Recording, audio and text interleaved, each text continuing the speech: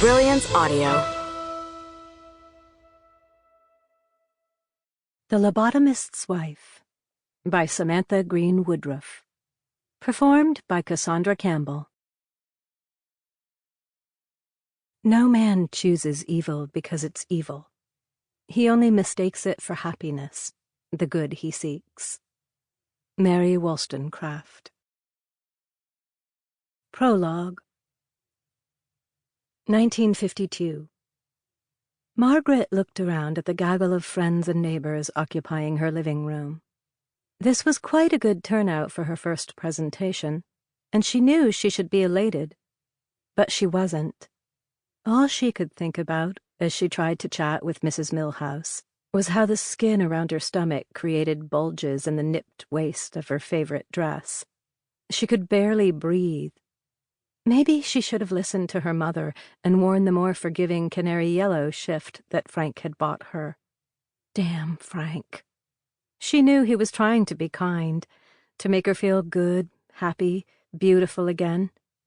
Instead, she felt like he had given up on her.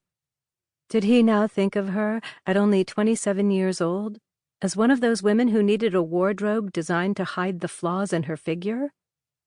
She looked jealously at Carolyn Carterson, her tiny waist accentuated by that pink belt. 8 weeks ago they had both delivered babies. Yet there Carolyn was, back in her pre-pregnancy clothes, her rich auburn hair curled just so. Margaret, on the other hand, had required the assistance of her mother to zip her dress, and her hair, once a lovely golden blonde and soft as the silk tassels on her curtain pulls, was now dull and unable to hold a proper curl. She had pinned on a small Miriam Lewis hat to cover the mess, which she also hoped distracted from the dullness of her face. She hated to look in the mirror these days. She couldn't escape the fact that the bright blue of her eyes, one of her best features before pregnancy, and typically made even brighter by the robin's egg hue of the dress she was wearing today, had transformed into a washed-out gray. The rosy complexion that used to make her look as though she had just come in from an afternoon of ice skating had gone sallow. Even with the bright red lipstick she had chosen for today, she looked ghost-like.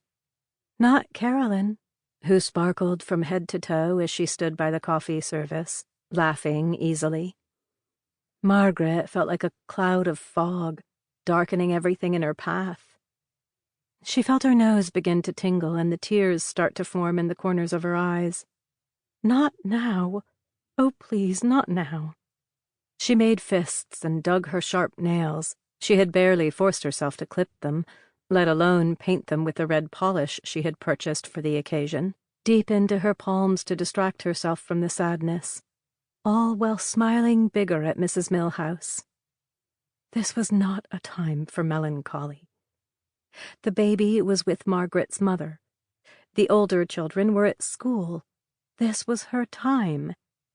The beginning of the next chapter in her life, where she could be more than Frank's wife or John, Maisie, and William's mother again. Lucy crossed the room and grabbed Margaret's arm, an ear-to-ear smile plastered on her pink lips. "Mrs. Milhouse, so sorry, but I need to borrow our hostess for a moment." Thank heaven for Lucy. She steered Margaret toward the sideboard, which was covered with a store-bought spread of sweets. Carolyn surely wouldn't have had to buy her nibbles from a store. In the past, Margaret wouldn't have either. She had been a wonderful baker, but that had gone along with her figure. She shuddered as she thought about yesterday's attempt to make a simple shortbread. The flour everywhere, the butter that wouldn't cream, and then when she had finally gotten her mediocre batter in the oven, that smell, the smoke as her mother shook her awake. "Maggie, hon, I think you need to get started." Her best friend, Lucy, broke her from her momentary daze, and Margaret looked at the clock on the mantel. The children would be home soon. How had so much time slipped away? She wasn't sure she could do her presentation. Why would anyone even want to listen to her? As if sensing her hesitation, Sample complete. Ready to continue?